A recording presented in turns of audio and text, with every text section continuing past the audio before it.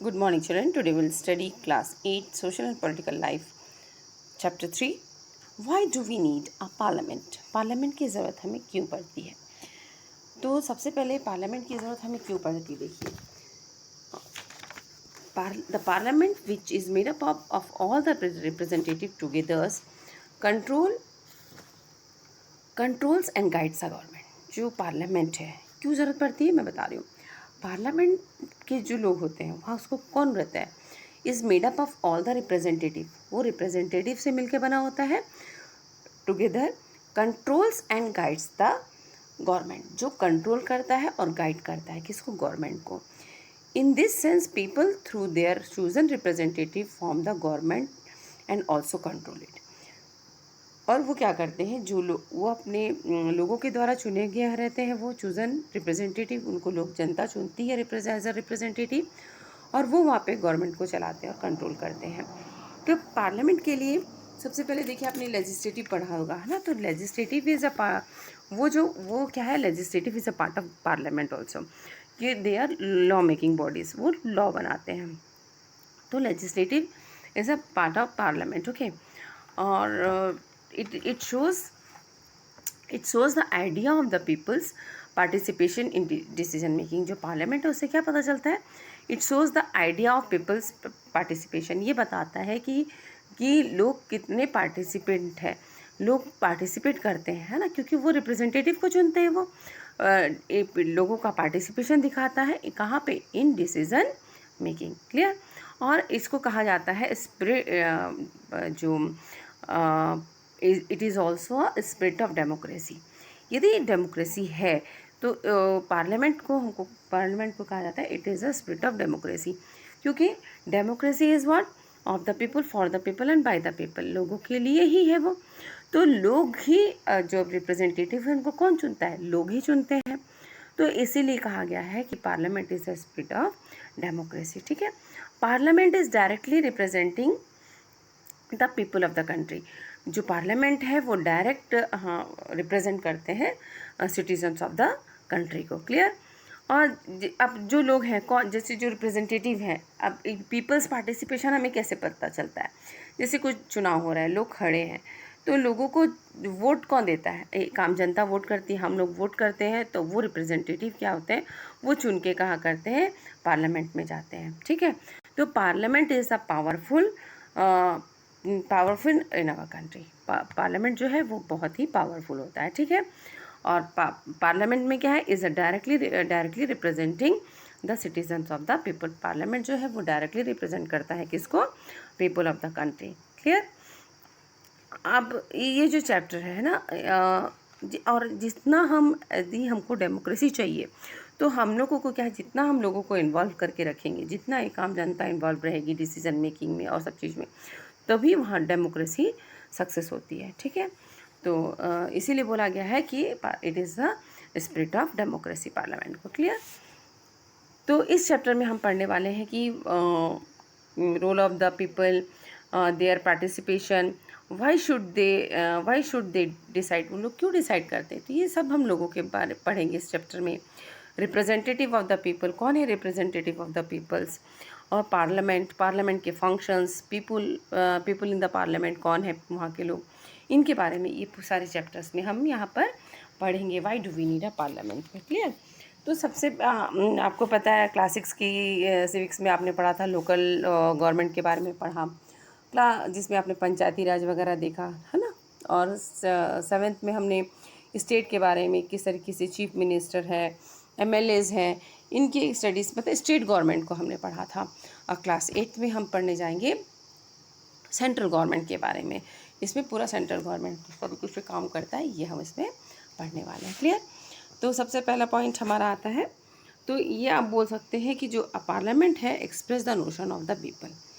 लोगों के विचार को एक्सप्रेस करता है कौन, पार्लियामेंट. क्लियर. तो देखिएगा, वाई शुड पीपल डिसाइड, लोग क्यों डिसाइड करते हैं, why should people decide. India as we know become the independent. हमको पता है कि आज़ादी हमें कब मिली थी, 15 अगस्त 1947 में. Preceding this was a long and difficult struggle in which many sections of our society, sections of the society participated. People from the various background joined the struggle. और हम लोग को ये आज़ादी, आपको पता है कितने सालों के बाद हमको आज़ादी मिली। बहुत साल हम अंग्रेज़ों के ग़ुलाम रहे, उसके बाद हमें जाकर कभी करीब 90-100 साल तक हम लोग उनके ग़ुलाम रहे और हम लोग को उसके बाद आज़ादी मिली, है ना। और इसके लिए, इस फ्रीडम के लिए बहुत से लोगों ने स्ट्रगल में पार्टिसिपेट किया। पीपल फ्रॉम द वेरियस, हर बैकग्राउंड से लोगों ने स्ट्रगल में पार्टिसिपेट किया। And they were inspired by the ideas of freedom, equality. उनके में क्या चीज़ था कि हमको फ्रीडम चाहिए, इक्वालिटी चाहिए, पार्टिसिपेशन इन डिसीजन मेकिंग, ये सारे idea. The people from the various background join the struggle and they were inspired by the, और उनको ये चीज़ें इंस्पायर्ड हुए किससे, कि फ्रीडम होना चाहिए, इक्वालिटी होनी चाहिए, पार्टिसिपेशन इन डिसीजन मेकिंग होना चाहिए, है ना। ये उस स्ट्रगल से उन्होंने सीखा। Under colonial rule, colonial rule मतलब जब हमारे यहाँ ब्रिटिश शासन करते थे ना, the people had lived in fear of the British. उस समय क्या था, हमारे लोग जो उनको फ्रीडम का महत्व कैसे पता चला, उस समय क्या था, ब्रिटिश शासन में ये जो वहाँ उस समय लोग थे वो क्या थे, ब्रिटिश गवर्नमेंट से बहुत डर डर कर जीते थे। एंड उनको did not agree with the many decisions that they took, और उन लोग क्या था, बहुत सारे डिसीजन ऐसे ब्रिटिशर्स ले लेते थे जो आम जनता को पसंद नहीं था उस समय। But they face great danger if they tried, और उनको फिर बहुत मुश्किल का सामना करना पड़ता था यदि वो जब किसी गवर्नमेंट के जो ब्रिटिश ने रूल बना दिए हैं उसके अगेंस्ट में जाते थे तो उनको बहुत यातना सहनी पड़ती थी, है ना। The freedom movement change the situation, ये जो सिचुएशन हमारी चेंज हुई, कब से चेंज हुई, जब इंडियन मूवमेंट स्टार्ट हुआ। वैसे लड़ाई के लिए तो हम सब लोग 1857 से ही हमारे यहाँ रिवॉल्ट चल रहा था, ब्रिटिश के खिलाफ लड़ाई, युद्ध चालू हो गया था, लेकिन 1857 से ही चल रहा था लड़ाई, है ना। तो रिवॉल्ट हुआ, उस समय से हम लोग लड़ रहे थे। तो हमने देखा कि इंडिया है, इंडिया में क्या था, इंडियन नेशनल मूवमेंट चालू हुआ, इंडियन नेशनल मूवमेंट। तो इंडियन नेशनल मूवमेंट में क्या हुआ, आंदोलन था ये इंडियन नेशनल मूवमेंट। ये कब हुआ, the freedom movement change this situation, the nationalist began to openly criticise the British government and make the demands. ये जो उस समय क्या हुआ, जो फ्रीडम मूवमेंट जो चालू हो रहे थे, ये इससे क्या सिचुएशन थोड़ी चेंज हुई। जो नेशनलिस्ट थे, जो लोग थे हमारे, उन्होंने ब्रिटिश गवर्नमेंट को क्रिटिसाइज़ करना शुरू किया और कुछ चीज़ों की डिमांड करना शुरू कर दिया उन्होंने, है ना। कुछ डिमांड रखा उन्होंने।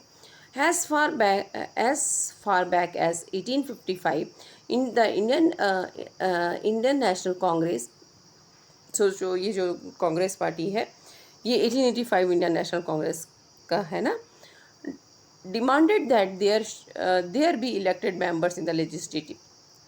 उन्होंने डिमांड रखा कब, 1885 में इंडियन नेशनल कांग्रेस ने ये डिमांड रखा कि कुछ मेंबर्स, इलेक्टेड मेंबर्स होने चाहिए, कहाँ पे, legislature with the right to discuss the budget and ask question, ताकि हमारे भी कुछ इलेक्टेड में उस वहाँ पे क्या होना चाहिए, इलेक्टेड मेंबर्स होने चाहिए, कहाँ पे, लेजिस्लेचर पे, ताकि हम वहाँ पे कुछ भी बजट का डिस्कशन होता है और कुछ क्वेश्चंस हम पूछ सकें। ऐसे हमारे इलेक्टेड पीपल्स को क्या होना चाहिए, इलेक्टेड मेंबर्स होने चाहिए वहाँ पे। The government of India act, जब फिर उसके बाद ये सब मांग की गई, तो उसके बाद the government of India act बना कब, 1909 में बना। उसमें क्या क्या ब्रिटिश ने से अलाउड किया, allowed for some elected representative. उस समय फिर ब्रिटिश ने, जब ये गवर्नमेंट ऑफ इंडिया एक्ट लागू हुआ 1909 में, तो उसमें ब्रिटिश ने कुछ कहा कि हाँ ठीक है, कुछ इलेक्टेड रिप्रेजेंटेटिव को क्या करेंगे, सम इलेक्टेड रिप्रेजेंटेशन, तो उन्होंने कुछ इलेक्टेड रिप्रेजेंटेटिव को अलाउड किया रखने के लिए। While these early registrations under the British government were in response or to taking growing demands of the nationalists, they did not allow, अब इनको उसमें पार्ट करने के लिए मिला, लेकिन इनको एक उन्होंने ये किया था कि कोई भी जो एडल्ट्स थे उनको वोट देने का अधिकार नहीं दिया था, ठीक है। इसमें अब इन्होंने कुछ पार्टिसिपेशन के लिए एग्री कर लिए, सब किए, लेकिन उन्होंने क्या किया, ये बोला कि जो एडल्ट लोग हैं, not allow for adults to vote nor could people participate in this. जो एडल्ट्स हैं वो वोट भी नहीं दे सकते हैं और ना ही पार्टिसिपेट करेंगे कहाँ, इन डिसीजन मेकिंग, ऐसा उन्होंने कहा। एज यू रीड इन, आपने हम चैप्टर 1 में भी देखा था, the experience of colonial rule as well as a participation of different people in the struggle for the freedom felt little doubt in the minds of the nationalist that all persons in independent India would be able to participate in decision making. अब जो Britishers के समय उन्होंने इतना struggle किया, उन लोगों को ये समझ में आ गया कि देखो उसके बाद जब हमारा देश इंडिपेंडेंट हुआ तो उसमें ये चीज़ें उन लोग क्योंकि फेस करके आए थे कि ना डिसीजन मेकिंग में पार्टिसिपेट करते थे, ना उनको फ्रीडम मिल रही थी, ना इक्वालिटी मिल रही थी। तो उन्होंने ये कहा कि जब इंडिया इंडिपेंडेंट होगा, independent India would be able to participate, और जो इंडिपेंडेंट इंडिया है उसमें पे सभी को पार्टिसिपेट कर सकता है डिसीजन मेकिंग में, या डिसीजन लेने में भी मदद पार्टिसिपेट कर सकते हैं। With the coming of the independence, we are going to be the citizens of a free country, और अब हम एक आज़ाद देश के नागरिक होने वाले हैं। This did not mean that the government could do what he felt like, और ऐसा नहीं है कि अब सरकार बन गई है तो वो सरकार जो मन चाहे वो कर सकती है, ऐसा नहीं है। It is meant that the government had to be sensitive to the people's needs and demands, और इसलिए कहा गया कि गवर्नमेंट ऐसा नहीं कि जो चाहे वो अपनी मर्जी से कर सकती है। गवर्नमेंट को लोगों के प्रति क्या होता है, सहानुभूति होनी चाहिए, उनकी नीड्स, उनकी डिमांड्स का ख्याल होना चाहिए, किसको, सरकार को, है ना। The dreams and the aspirations of the freedom struggle we are made concrete in the constitution. जो उस समय ब्रिटिश के समय से लोग कितना स्ट्रगल किया, तो उन्होंने एक सपना देखा कि जो भी हमारी इच्छाएँ हैं वो उन्होंने अपने कॉन्स्टिट्यूशन ऑफ इंडिपेंडेंट इंडिया में that laid down the principle of, उन्होंने एक प्रिंसिपल बनाया क्या कि यूनिवर्सल अडल्ट फ्रेंचाइज, मतलब राइट टू वोट का हमारे कॉन्स्टिट्यूशन में लिखा गया, और जिसमें सभी नागरिकों को जो 18 साल से ऊपर है उनको वोट देने का अधिकार दिया गया। That all the adult citizens of the country have the right to vote, है ना। तो जो भी हम सिटीजन से 18 साल से ऊपर है उनको वोट देने का अधिकार दिया गया है, ठीक है। अब पीपल एंड देयर रिप्रेजेंटेटिव, अब देखिए पीपल एंड देयर रिप्रेजेंटेटिव, आपको पता है people are the supreme in democracy, जो जनता है वो बहुत अहम है, ठीक है। कहाँ पे, डेमोक्रेसी में। डेमोक्रेसी में पहले ही बोला of the people, for the people and by the people, इसलिए people are supreme in democracy, ठीक है। तो पीपल जो सरकार है उसके बराबर है, people is equal to government, clear. अब देखिए the take-off point of the democracy is the idea of the consent, the desire, approval of the participation of the people. It is decision of the people that creates a democratic government and decide about its functioning. अब देखो यही है कि मैंने कहा peoples are the supreme in democracy, तो ये वही लोग हैं जो क्या है, it is a decision of the people, ये लोगों का ही डिसीजन है जो क्रिएट करता है, क्या डेमोक्रेटिक गवर्नमेंट क्रिएट करता है, एंड और उसके फंक्शंस के बारे में डिसाइड करता है। The basic idea in this kind of democracy is that individual or the citizen is the most important person.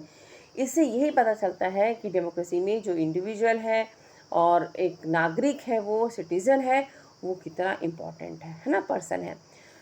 That in the principle the government as well as the other public institution need to be have the trust of these people. और कोई भी जो सरकार है और जो public institution है उनको जो है आम लोगों का ट्रस्ट ऑफ सिटीज़न बहुत ज़रूरी है उनके लिए। कैसे, यदि मान लो कि कोई सरकार बनी, उसका काम हम किसी को लोगों को पसंद ही नहीं आ रहा है, ठीक है, तो लोग क्या करेंगे, अगले साल तक उसको फिर रहने नहीं देंगे वहाँ, उसको राज नहीं करने देंगे, हो सकता है नेक्स्ट टाइम उसको वोट ना दें और वो उसकी सरकार गिर जाए। तो लोगों को क्या है, जो गवर्नमेंट है, बोलिए पब्लिक इंस्टीट्यूशन है, उनको क्या है, उनको ज़रूरत है, need to have the trust of the citizen, उनको लोगों के ट्रस्ट की ज़रूरत है, ठीक है।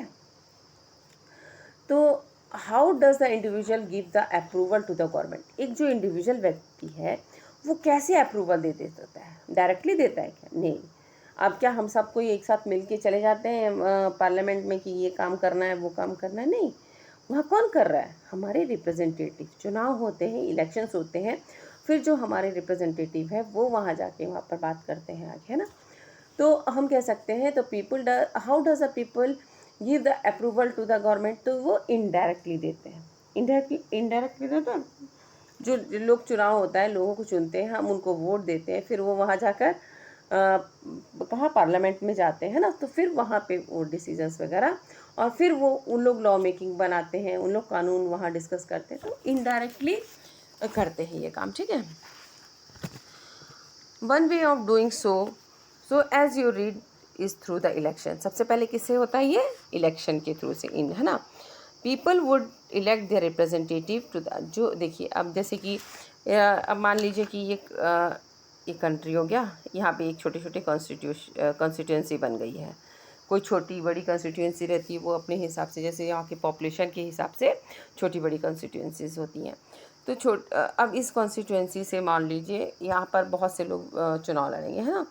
तो इस कॉन्स्टिट्यूंसी से हो सकता है बहुत सारे लोग हो चुनाव लड़ने के लिए, कोई बीजेपी का हो, कोई कांग्रेस का पार्टी का हो, कोई और दूसरी या बोलिए कम्युनिस्ट पार्टी का है, कोई नेशनल कांग्रेस पार्टी का है, आम आदमी पार्टी का है, तो कोई भी पार्टी का हो सकता है। तो उसमें से क्या होगा, अब इसमें से क्या होगा, कोई इतने सारे लोग खड़े हैं, हर पार्टी का अलग अलग व्यक्ति हो सकता है, तो वो इसमें से जिसको ज़्यादा वोट मिलेगा वो क्या होगा, वो यहाँ से चुन के जाएगा, और वो किस में जाएगा?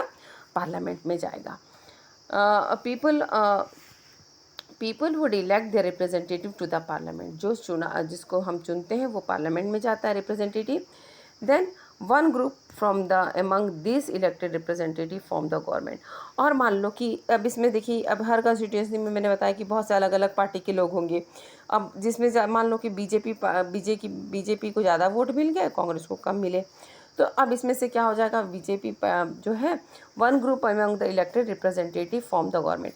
इसमें से जिस भी पार्टी के रिप्रेजेंटेटिव बहुत ज़्यादा होंगे, तो वो क्या बना लेंगे, गवर्नमेंट बना लेंगे, वो गवर्नमेंट बनाएंगे, ठीक है। रिप्रेजेंटेटिव फॉर्म द गवर्नमेंट, जिसकी मेजॉरिटी होगी।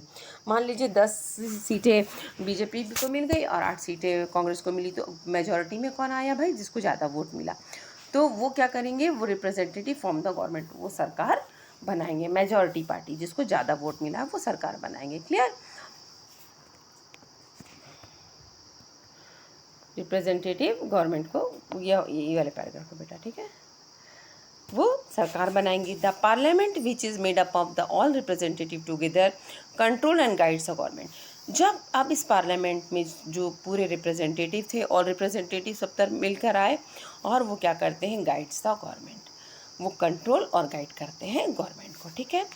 In this sense people through their chosen representative form the government and also control it. वही बताया मैंने कि मतलब जो रिप्रेजेंटेटिव है, चूजन रिप्रेजेंटेटिव हैं, वो गवर्नमेंट बनाते हैं और उसको कंट्रोल करते हैं। क्लियर? तो ये why do we need the parliament के हिसाब से भी हो गया, ठीक है। अब देखिए आगे,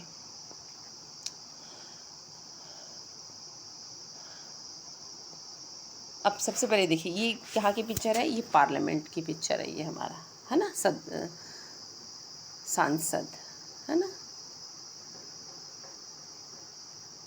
ठीक है, संसद भवन है ना हमारा, ये पार्लियामेंट की पिक्चर है।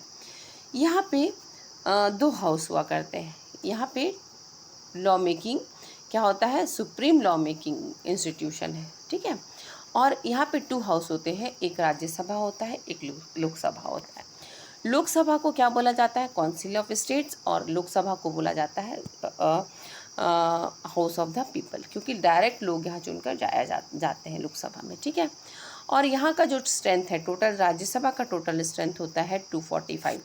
245 में 233 + 12 होता है। 233 + 12, इसको मैं एक्सप्लेन करूँगी कि 12 कैसे कौन अलग है। 233 + 12 आपको याद रखना है कि कितना होता है राज्यसभा में। 245 टोटल सीट्स है, उसमें से 233 + 12 होता है, ठीक है। और इसका जो हेड होता है वो कौन होता है, वाइस प्रेसिडेंट ऑफ इंडिया, हमारे वाइस प्रेसिडेंट होते हैं। और लोकसभा की टोटल सीटें होती हैं 545। 545 को इसको भी स्प्लिट है 543 + 2, 543 + 2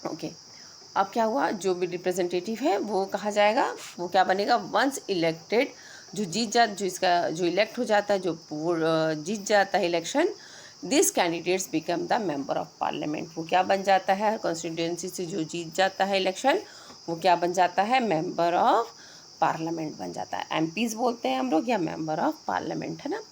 this member of parliaments together makeup the, और ये जो पार्लियामेंट्स हैं, जो मेंबर ऑफ पार्लियामेंट है, ये सब मिलकर क्या बनाते हैं, हमारे पार्लियामेंट बनाते हैं। जो मेंबर ऑफ पार्लियामेंट्स हैं, जो लोग चुने गए, अब ये सब मिलकर ये पूरा make up the parliament.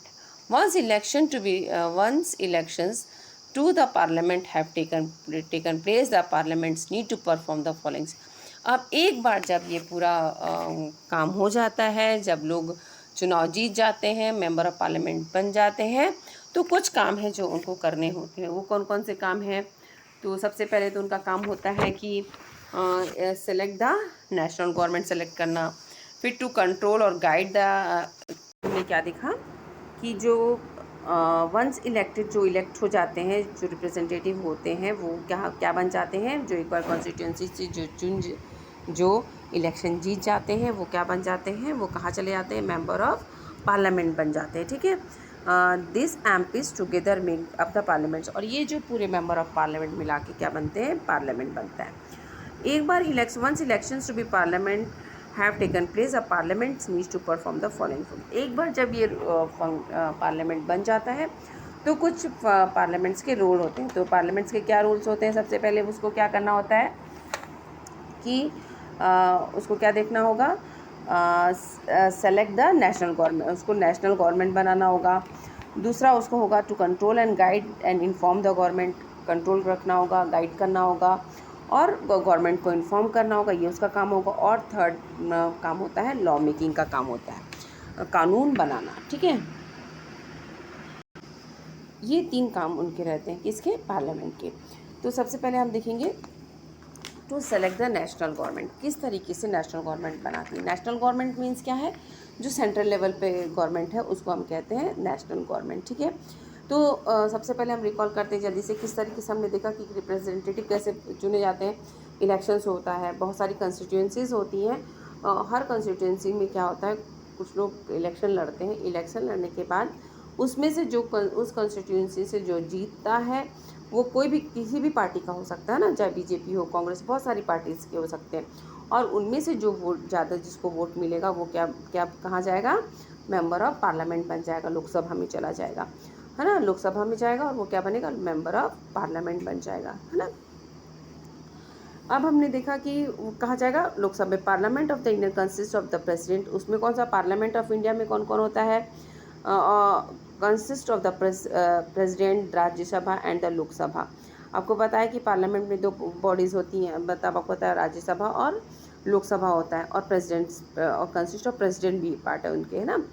After the Lok Sabha election the list prepare showing how many MPs belongs to the each political parties.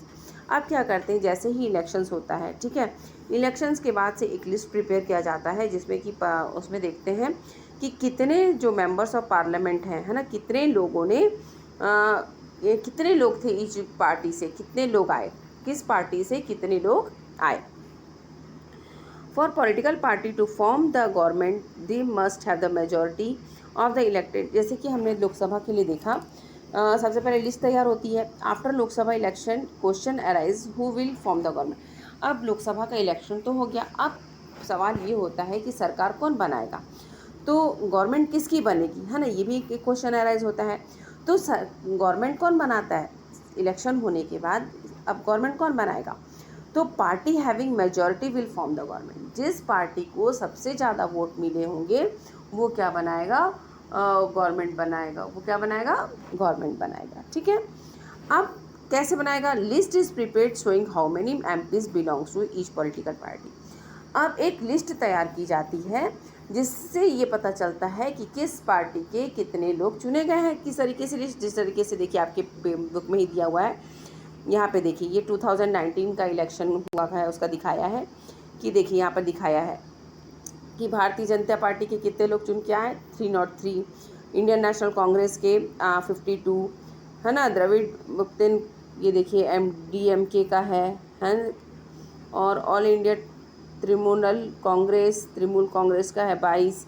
ये शिवसेना, ये देखिए आम आदमी पार्टी, केरला कांग्रेस, ये सारे देखिए यहाँ पर ये इतनी सारी पार्टीज़ हैं और ये इनके मेंबर्स चुने गए हैं। इतने लोग किसकी चुन के आए। अब सबसे ज़्यादा आपको किसका दिख रहा है यहाँ पर, मैंने बताया party having majority will form the government. तो जिसकी पार्टी को सबसे ज़्यादा वोट मिले हैं वो फॉर्म गवर्नमेंट बनाएगा। तो आपको पता है इसमें टोटल सीट्स कितनी होती है लोकसभा में, मैंने बताया था आपको 243 + 2। तो 243 में से करीब करीब, जिसमें से 2 मैंने बताया कि कौन इलेक्ट करता है, प्रेसिडेंट नॉमिनेट करते हैं, डायरेक्टेड प्रेसिडेंट नॉमिनेट करते हैं इनको। ये कौन होते हैं, एंग्लो इंडियंस होते हैं ना। तो इनको डायरेक्ट प्रेसिडेंट नॉमिनेट करते हैं। अब 243 में से टोटल जो है उसमें से 272 वोट्स लाने होते हैं। यदि आपको मेजॉरिटी चाहिए किसी पार्टी को तो 272 वोट होने चाहिए उनके पास। 272 मेंबर्स यदि जिसके होंगे मीन्स वो क्या है, मेजॉरिटी में रहेगा। तो हमको यहाँ डायरेक्ट दिख रहा है कि भारतीय जनता पार्टी के पास कितने हैं, 303। 272 से भी बहुत ज़्यादा है। तो मतलब यहाँ पर कौन जीतेगा भाई, किसकी सरकार बनेगी, किसका गवर्नमेंट बनेगा, तो वो भारतीय जनता पार्टी की सरकार बनेगी। ठीक है, अब क्लियर है, भारतीय जनता पार्टी की सरकार बनेगी। अभी 2019 का इलेक्शन हुआ, उसके बाद देखिए अभी चल रहा है हमारा, किसकी पार्टी चल रही, किसकी गवर्नमेंट है, भारतीय जनता पार्टी की ही है। अब समझ गए कितना वोट होना चाहिए, आपको याद होना चाहिए। 543 + 2 अपन का इसका है, टोटल सीट होती है 545 सीट्स होती हैं। और उसमें से 545 सीट्स होती हैं, उसमें से 543 + 2 इसको स्प्लिट किया जाता है। और 543 में से 272 से 272 एंड मोर देन जिसको वोट मिलेगा, जिसके मेंबर्स होंगे, वो वही पार्टी क्या करेगी, वहाँ पर गवर्नमेंट बनाएगी। क्लियर है। अब देखिए, अब आपके मन में एक सवाल आ रहा होगा कि यदि मान लो कि कोई पार्टी ऐसी हो जिसको क्या हो कि तो आपके मन में ये सवाल आ रहा होगा कि व्हाट इफ़ नो पार्टी और मोर मेंबर्स हैज़ इन, कि मान लो किसी को इतने ज़्यादा वोट जितना वोट मेजॉरिटी के लिए वो चाहिए, जैसे 272 चाहिए नंबर्स, यदि वो किसी को नहीं मिलता है, किसी पार्टी को उतनी सीटें नहीं मिलती हैं, तो क्या होगा। तो ये हमको दिखता है 2009 के इलेक्शन में दिखता है ये हमको। देखिए यहाँ 2009 का इलेक्शन जो हुआ था लोकसभा का, उसमें देखिए किसी को भी फुल बहुमत नहीं मिला, फुल मेजॉरिटी में कोई पार्टी नहीं आई। यहाँ भारतीय जनता पार्टी को देखिए आप 116 वोट दिख रहे हैं खाली, है ना। और इंडियन नेशनल कांग्रेस को दिख रहा है 206। अब ना तो बीजेपी ही सरकार बना सकती है, ना ही इंडियन नेशनल कांग्रेस, क्यों, इनके पास 272 सीट्स नहीं हैं। तो अब इनको क्या करना होगा, यदि ये जैसे इंडियन नेशनल कांग्रेस है 206, अब ये कुछ क्या करेगी, अपने साथ कुछ मेन पार्टीज़ को जिसकी ज़्यादा वोट नंबर्स हैं, किसी को भी जोड़ सकती है अपने साथ, ये सबको सीटों को प्लस कर लेगी। जिसको अपने साथ जोड़ना है वो जोड़ लेंगी उनको अपने साथ, और उनको कम से कम कितना आना चाहिए, 272 तक लाने की कोशिश करेंगी, है ना, जोड़कर। तो जब उनके पास 272 का तक आ जाएगा, जुड़ जाएंगे लोग, तब वो एक क्या है, कॉलोनिज़म गवर्नमेंट बना सकते हैं। कॉलोनिज़म मतलब दूसरी लोगों के साथ मिली जुली सरकार बनती है, इससे दूसरी पार्टी के साथ मिलकर सरकार बना सकते हैं, इसको बोलते हैं कॉलोनिज़म गवर्नमेंट। ठीक है, क्लियर है। तो ये 2009 में हुआ था ऐसा, ओके, ठीक है। अब देखिए, अब हमने क्या किया, इलेक्शंस हो गए, अब कौन बनाएगा गवर्नमेंट, तो भाई जिसकी पार्टी को सबसे ज़्यादा वोट मिले होंगे, जिसकी मेजॉरिटी पार्टी होगी, और वही क्या करेगी, गवर्नमेंट बनाएगी। उसके बाद है और जो सेकंड लार्जेस्ट पार्टी, जो और दूसरी जो पार्टी होगी जिसके पास ज़्यादा वोट होंगे, वो पार्टी बन जाएगी opposition party. Clear. To select the, अब देखिए, one of the most important functions of the Lok Sabha is to select the executive. अब क्या हुआ, इलेक्शंस हो गए, मेजॉरिटी सरकार भी बन गई। अब सबसे मेन काम है यहाँ पे एग्जीक्यूटिव बनाना, है ना। एग्जीक्यूटिव मीन्स जो लॉ बनता है, जो उसको एग्जीक्यूट करते हैं, वो लोगों को जो एग्जीक्यूट करेंगे। लेजिस्लेचर बन गया कि मीन्स जो कानून बना देगा। आप एग्जीक्यूटिव बनाएंगे जो उस लॉज को एग्जीक्यूट करते हैं, ना, जो लागू करते हैं, एग्जीक्यूट करेंगे उसको, तो ऐसे लोगों को बनाना होगा। तो अब पार्लियामेंट बन गया। पार्लियामेंट ने क्या किया, अपना नेशनल गवर्नमेंट बना लिया, एक गवर्नमेंट बनी। अब इसका वो कौन थी, रूलिंग पार्टी, जिसको सबसे ज़्यादा मेजॉरिटी के वोट मिले, वो हो गई हमारी रूलिंग पार्टी। और जो सेकंड लार्जेस्ट पार्टी थी, वो हमारी अपोजिशन पार्टी हो गई। अब क्या होगा, जो इसका लीडर होगा, जो मेजॉरिटी पार्टी जीती, रूलिंग पार्टी जीती, उसका जो लीडर होगा, leader of the ruling party is the prime minister. ठीक है, जो पार्टी जिसको सबसे ज़्यादा वोट मिलते हैं और उसका जो लीडर होता है, वो क्या बनता है, प्राइम मिनिस्टर। जैसे हमारे यहाँ भी 2019 में जो चुनाव हुए, बीजेपी को सबसे ज़्यादा वोट मिले, हमने देखा 303, और उनके लीडर कौन थे, मोदी जी थे। तो मोदी जी प्राइम मिनिस्टर बने, है ना। तो leader of the ruling party, है ना। तो leader of the ruling party जो होता है, वो एग्जीक्यूटिव बनता है, दैट इज़ प्राइम मिनिस्टर बने। ठीक है, उसके बाद अब प्राइम मिनिस्टर क्या करते हैं, the prime minister selects the other executive. अब प्राइम मिनिस्टर का क्या ड्यूटी है कि वो दूसरे अलग एग्जीक्यूटिव को सेलेक्ट करते हैं। ठीक है, यहाँ पर हमने ये वाला पैराग्राफ में देखिएगा ना, वो दूसरे एग्जीक्यूटिव को सेलेक्ट करते हैं। जैसे कि आप मिनिस्टर ऑफ हेल्थ मिनिस्टर हम देखते हैं, एजुकेशन मिनिस्टर है, फाइनेंस मिनिस्टर है, तो रेलवे मिनिस्टर्स हैं। ये जो अलग अलग मिनिस्टर्स हैं, ये इनको कौन बनाता है, प्राइम मिनिस्टर बनाते हैं इनको। ठीक है, रूलिंग पार्टी का जो लीडर रहता है, वो प्राइम मिनिस्टर बनता है। फिर प्राइम मिनिस्टर क्या करते हैं, अलग अलग मिनिस्टर्स को काम देते हैं, और जैसे कि health minister, education minister, finance minister, फिर उनको अलग अलग काम दिया जाता है। ठीक है, the prime minister of India is a leader of the ruling party in Lok Sabha. तो from the MPs who belong to her party, the prime minister selects a minister to work with her implement decision. अब देखिए, वही बता दिया मैंने कि सबको अलग अलग फंक्शंस वो काम देते हैं वो, और मिनिस्टर्स बनाते हैं, कौन, प्राइम मिनिस्टर बनाते हैं। ठीक है, अब क्या होता है, often times in the recent past it has been difficult for the single political party to get the majority that is required to form the government. They then together with the different political parties who are interested in the similar concern to form what is known as a coalition government. ये बहुत important है, इसको याद रखिएगा। ये सब क्या होता है, coalition government। जब मैंने बताया, जब किसी सिंगल पार्टी को मेजॉरिटी नहीं मिल पाती है और वो अपने साथ दूसरी पार्टी के साथ मिलकर गवर्नमेंट बनाती है, तो उसे कहते हैं coalition गवर्नमेंट। ठीक है, उसके बाद देखिए, यहाँ पे देखिए, ये देखिए, यहाँ दो बिल्डिंगें दिख रही है। This to buildings of the central secretariat की बिल्डिंग है, एक साउथ ब्लॉक और एक नॉर्थ ब्लॉक, है ना। आर बिल्ट इन ड्यूरिंग, कब बनी थी ये, 1930s में। The photo on the left is of the south block का है, और एक फ़ोटो है प्राइम मिनिस्टर्स ऑफिस, PMD। चलिए इसको डिस्कस करते हैं हम लोग। अब देखिए, अभी हमने लोकसभा का काम देख लिया कि किस तरीके से लोगों में लोकसभा में काम हो रहा था। अब we have to see the working of the Lok Sabha. अभी देखा हमने। अब राज्यसभा, मैंने आपको बताया था कि पार्लियामेंट में 2 हाउस होते हैं, that is Lok Sabha and Rajya Sabha. Lok Sabha को मैंने बताया था कि क्या बोला जाता है, हाउस ऑफ पीपल, और राज्यसभा को बताया था राज्य से भी उसका नाम देखो, राज्य मीन्स स्टेट, तो, और सभा मीन्स काउंसिल, तो काउंसिल ऑफ स्टेट भी कहा जाता है किसको, राज्यसभा को। ठीक है, अब राज्यसभा में क्या होता है, अब राज्यसभा के लिए हम लोग डायरेक्टली चुनाव नहीं देते हैं, वोट नहीं करते हैं, है ना। हम लोग किसको चुनते हैं, जो लोकसभा में पीपल जाते हैं उनको, मेंबर्स ऑफ पार्लियामेंट को।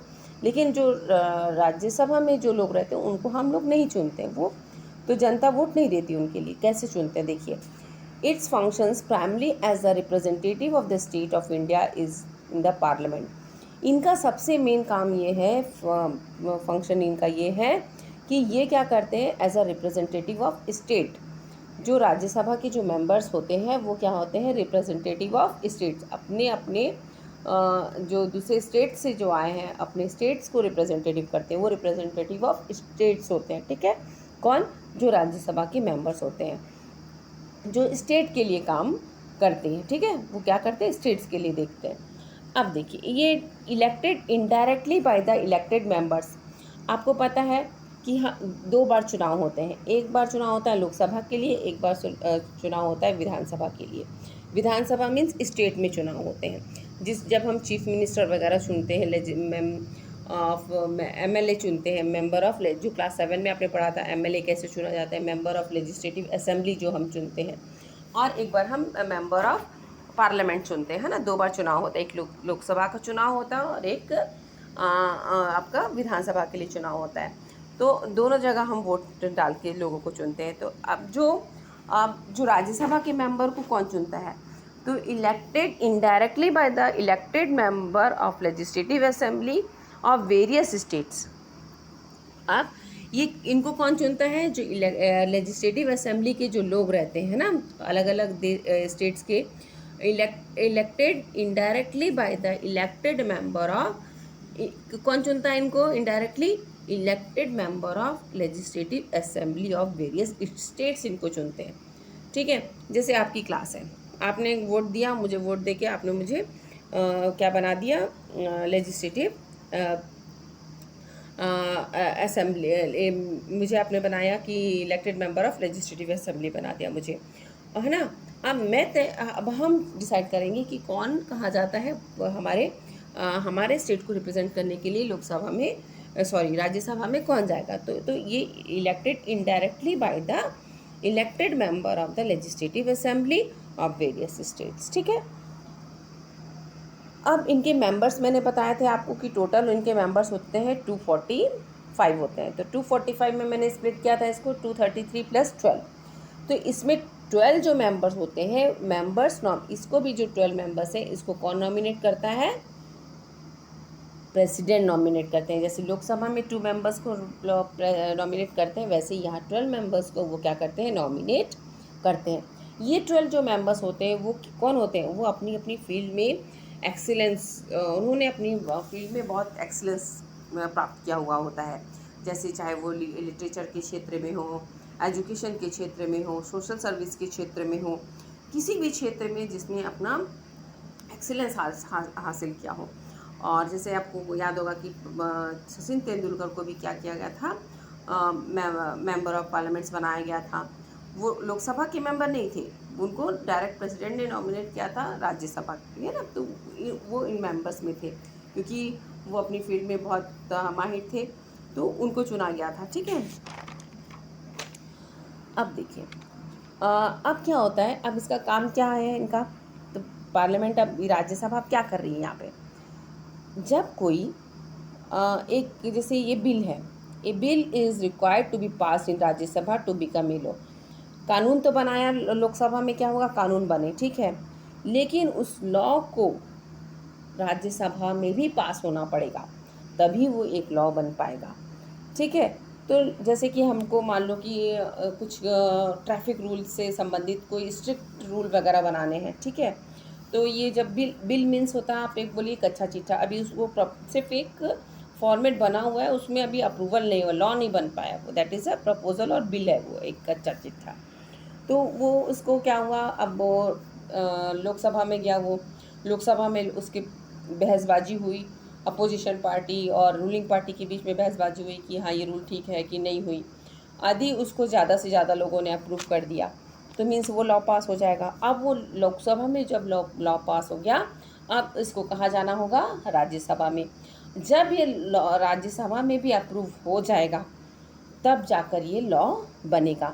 तो राज्यसभा का क्या काम है, रिव्यूइंग और अल्टरिंग, मतलब कुछ पूरे चीज़ों को रिव्यू करते हैं, वो देखते हैं अच्छे से, और अल्टरिंग करते हैं, यदि कुछ उसमें चेंजेस लाना है या कुछ है तो वो उसको करते हैं। ठीक है, तो ये उनका काम होता है, क्रॉस चेक करने का काम राज्यसभा का है। और वो ये भी देखते हैं कि ऐसा कुछ ट्रैफिक रूल्स ना बने जो उनके स्टेट्स के लिए ख़राब हो, है ना। तो और राज्यसभा कैन इनिशिएट लेजिस्लेशन। और राज्यसभा भी क्या कर सकता है, न्यू लॉज वगैरह बनाने हैं तो वो भी कर सकते हैं। पहले वहाँ पास हो जाएगा, फिर वो लोकसभा में जाएगा पास होने के लिए। तो ये था लॉ मेकिंग बॉडीज, ये लोग इस तरीके से लॉ बनाते हैं। ठीक है, समझ में आपका? तो ये जब यहाँ तक मैंने आपको पढ़ा दिया। अब जो उनका रोल है, रोल ऑफ द पार्लियामेंट का सेकंड पार्ट है जो to control, guide and inform the government, ये हम दूसरी वीडियो में पढ़ेंगे। तो अच्छे से आप रीड आउट कीजिएगा अपने चैप्टर को।